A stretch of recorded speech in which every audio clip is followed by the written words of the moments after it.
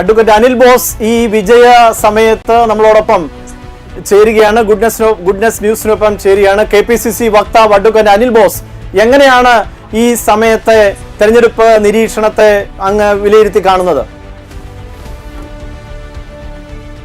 കേരളത്തിലെ ജനങ്ങളുടെ മനസ്സിനൊപ്പം നിന്ന മാർക്സിസ്റ്റ് പാർട്ടിയുടെ പ്രവർത്തകർക്ക് ഞാൻ അഭിവാദ്യങ്ങൾ അർപ്പിക്കുകയാണ്.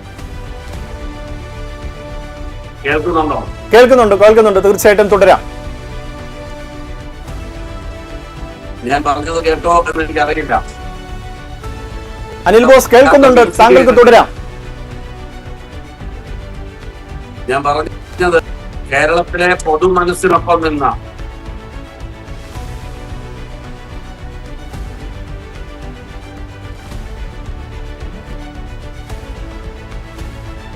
നിങ്ങൾ എത്തിരിക്കുന്ന മ്യൂസിക്കാണോ അതോ? അഡ്വക്കേറ്റ് അനിൽ ബോസ് കേൾക്കാം. താങ്കൾ പ്രചരണ രംഗത്ത് KPCCക്ക് വേണ്ടി UDFന് വേണ്ടി കേരളം മുഴുവൻ സഞ്ചരിച്ചയാളാണ്, താങ്കൾക്ക് പറയാം. ഞാൻ പറഞ്ഞത് കേരളത്തിലെ ഐക്യമുന്നണിക്കൊപ്പം അതിനോടൊപ്പം കേരളത്തിലെ പൊതുജന കാഴ്ചപ്പാടിനൊപ്പം നിന്ന മാർക്സിസ്റ്റ് പാർട്ടിയുടെ സജീവരായ പ്രവർത്തകരെ ഞാൻ അഭിവാദ്യം ചെയ്യുന്നു. കാരണം ആ പാർട്ടിയുടെ ഭരണം കഴിഞ്ഞ 10 വർഷം കൊണ്ട് കേരളത്തെ മുറ്റുകയാണ് എന്ന് തിരിച്ചറിഞ്ഞ് സ്വന്തം പ്രത്യയശാസ്ത്രത്തെ അവഗണിച്ചുകൊണ്ട് ഈ നാടിന്റെ ശരി UDF ആണ് എന്ന് മനസ്സിലാക്കി രാഷ്ട്രീയം മാറ്റിവെച്ച് കന്നിയോട്ട് കൈപ്പത്തിക്ക് ചെയ്ത 10,000 പാർട്ടി സഖാക്കളുണ്ട്. അവരെ ഈ സന്ദർഭത്തിൽ ഞാൻ അഭിവാദ്യം ചെയ്യുകയാണ്. കേരളത്തിലെ കഴിഞ്ഞ 10 വർഷത്തെ ഓരോ മേഖലയിലും എടുത്തിട്ടുള്ള ഒരു സമീപനം, ജനവിരുദ്ധ സമീപനത്തിന് മകുടോദാഹരണമായി ഇന്ത്യയിൽ ചൂണ്ടിക്കാണിക്കാൻ കഴിയുന്ന ഒന്നാമത്തെ സർക്കാർ ഏത് എന്ന് ചോദിച്ചാൽ അത് പിണറായി സർക്കാരാണ്. രണ്ടാമത്തേത് മോഡി സർക്കാരാണ്. മോഡി സർക്കാർ മൂന്നാമത് ഭരിക്കുന്നു എന്നതുകൊണ്ട് ജനപിന്തുണ അവർക്കാണ് എന്ന് ധരിക്കരുത്. തെരഞ്ഞെടുപ്പ് അട്ടിമറി അടക്കം നിരവധിയായിട്ടുള്ള പ്രവർത്തനങ്ങളിലൂടെയാണ് അവര് ഇപ്പോൾ അധികാരത്തിലിരിക്കുന്നത്. ഇവിടെ ജനങ്ങൾ, അതായത് വളരെ കൃത്യമാണ് ഒരു കാര്യം നിങ്ങൾ ഓർത്തു വെക്കുക, ചക്ക ചിഹ്നത്തിൽ 20 സീറ്റിലാണ് സ്ഥാനാർത്ഥിയെ BJP നിർത്തിയത്. ഒരു സീരിയസ് ആയ രാഷ്ട്രീയ മത്സരത്തിൽ ചക്ക ചിഹ്നത്തിൽ രാഷ്ട്രീയവുമായി പുലബന്ധമില്ലാത്ത നടന്മാരെയൊക്കെ ഇറക്കി മത്സരിപ്പിക്കുക എന്ന് പറഞ്ഞാൽ ഒരു കോമാളിത്തമാണ് രാഷ്ട്രീയ രംഗത്ത് കേരളം കണ്ടത്.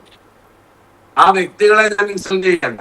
കാരണം രാഷ്ട്രീയത്തിന്റെ സീരിയസ്നെസ് ഒഴിവാക്കിക്കൊണ്ട് തീരുമാനമെടുത്തു. എന്തുകൊണ്ടാണ് ആ തീരുമാനമെടുത്തത്?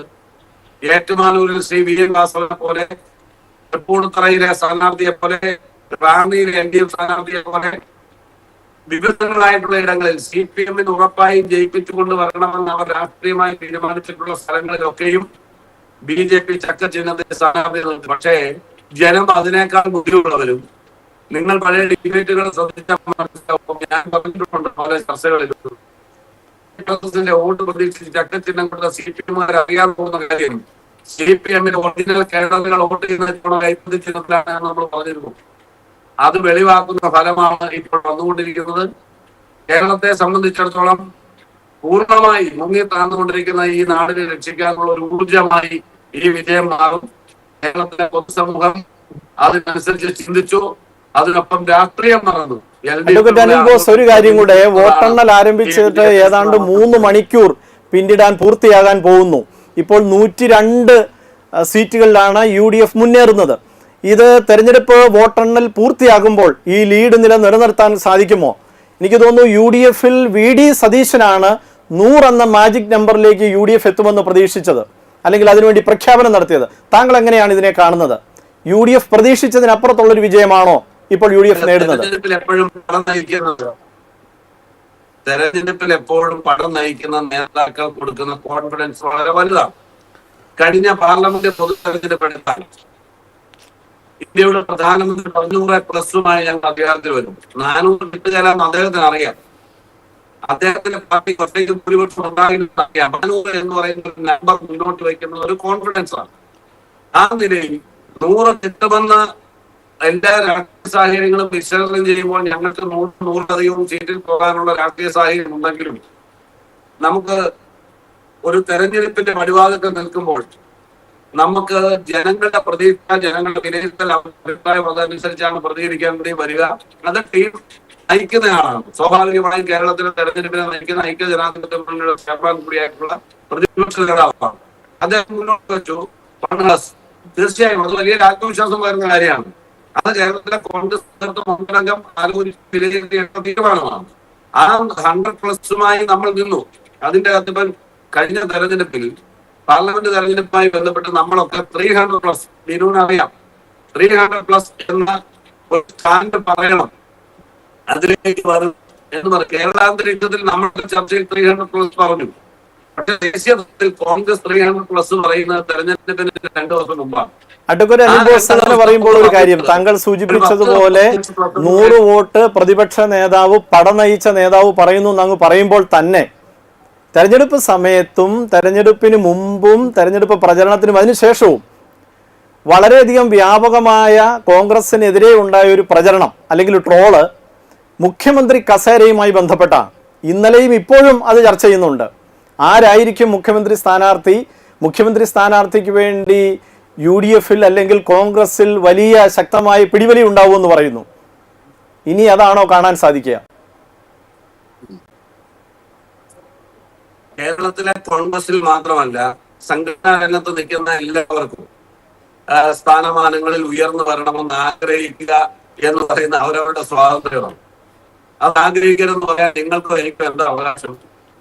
ജയിച്ചു വരുന്ന 100 MLA-മാരിൽ കോൺഗ്രസ് പാർട്ടിയാണ് ഒന്നാം കക്ഷിയെങ്കിൽ ആ ഒന്നാം കക്ഷിയിലെ പാർട്ടി നേതാവാണ് എക്സോ ആയാലും പാർലമെന്ററി പാർട്ടി ലീഡറായിട്ട് തെരഞ്ഞെടുക്കപ്പെടുന്നത്. അദ്ദേഹം മുഖ്യമന്ത്രിയാണ്.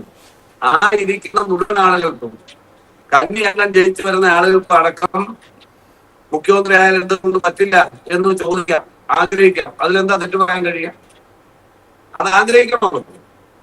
ബ്ലോക്ക് മെമ്പറാകാനും, ബ്ലോക്ക് മെമ്പറാകാനും, ജില്ലാ മെമ്പറാകാനും, 10ാം ക്ലാസ്സിൽ പഠിക്കുന്ന ആൾ +2 പോകാനും എനിക്ക് ഓരോ ആഗ്രഹിക്കില്ലേ? നല്ല നല്ല പ്രൊഫഷൻ തിരഞ്ഞെടുക്കാൻ ആഗ്രഹിക്കില്ലേ? അതിനകത്തൊന്നും നമുക്ക് തെറ്റു പറയാൻ കഴിയില്ല. കോൺഗ്രസ് പോലൊരു പാർട്ടി ജയിച്ചു വന്നാൽ കോൺഗ്രസ് പാർട്ടിക്ക് ഒരു വളരെ കൃത്യമായ സിസ്റ്റമുണ്ട്. ഈ പാർട്ടിക്കകത്ത് ഒരാളെ എടുപ്പിക്കുന്നത്. അങ്ങനെയാണ് അദ്ദേഹം ഒരു സ്വന്തമായിട്ട് ഒരു പാർട്ടി ഉണ്ടാക്കി മത്സരിച്ചാൽ മതി. ഇപ്പൊ VD സതീശൻ, അല്ലെങ്കിൽ KC വേണുഗോപാൽ, അല്ലെങ്കിൽ രമേശ് ചെന്നിത്തല, അതല്ലെങ്കിൽ തിരുവനന്തപുരം, അതല്ലെങ്കിൽ K മുരളീധരൻ, അങ്ങനെ പറയാൻ ഇപ്പോൾ ജയിച്ചു MLA-മാർ അവരങ്ങ് സ്വന്തമായിട്ട് ഒരു സ്വതന്ത്ര ചിഹ്നത്തിലങ്ങ് മത്സരിച്ച ഇവരൊക്കെ ജയിക്കാൻ പറ്റും. അപ്പൊ കൈപ്പത്തി എന്ന് പറയുന്ന ആ ചിഹ്നം ഇലക്ഷൻ കമ്മീഷൻ അംഗീകരിച്ചു കൊടുത്തിട്ടുള്ള രാഷ്ട്രീയ പാർട്ടി എന്നുള്ള പദവി, കോൺഗ്രസ് എന്ന് പറയുന്ന ആശയം, ആ പാർട്ടി ഈ മണ്ണിൽ വേരോടിച്ചതിന്റെ അടിത്തറ എന്ന് പറയുന്നത് ചെറുതല്ല. അതിന് വലിയ വൈകാരികമായ തലമുണ്ട്. ആ വൈകാരികമായ തലം താങ്കൾ സൂചിപ്പിച്ചതുപോലെ തന്നെ വളരെ പ്രധാനപ്പെട്ട കാര്യങ്ങൾ അതിന്റെ പിന്നിൽ ഘടകങ്ങൾ ഉണ്ടെന്നറിയാം. ഒരു കാര്യം കൂടെ അറിയാനുണ്ട്, അതായത് UDF-ന്റെ വിജയത്തിന്റെ പിന്നിൽ എന്തൊക്കെ ചേരുവകളാണുള്ളത്? പ്രത്യേകിച്ച് സ്ഥാനാർത്ഥി നിർണയം, അതുപോലെ സാമുദായികമായ ചേരുവകൾ, എന്തൊക്കെ ഘടകങ്ങളാണ്? അതോ സംഘടനയുടെ ശക്തമായ നേതൃത്വമാണോ? എന്തൊക്കെ കാര്യങ്ങളാണ് UDF-നെ ഈ വിജയത്തിലേക്ക് എത്തിച്ചേർന്നത്? സാങ്കേതികമായ ചില തടസ്സങ്ങൾ. അഡ്വക്കേറ്റ് അനിൽ ബോസിന്റെ കോള് കട്ടായിരിക്കുകയാണ്.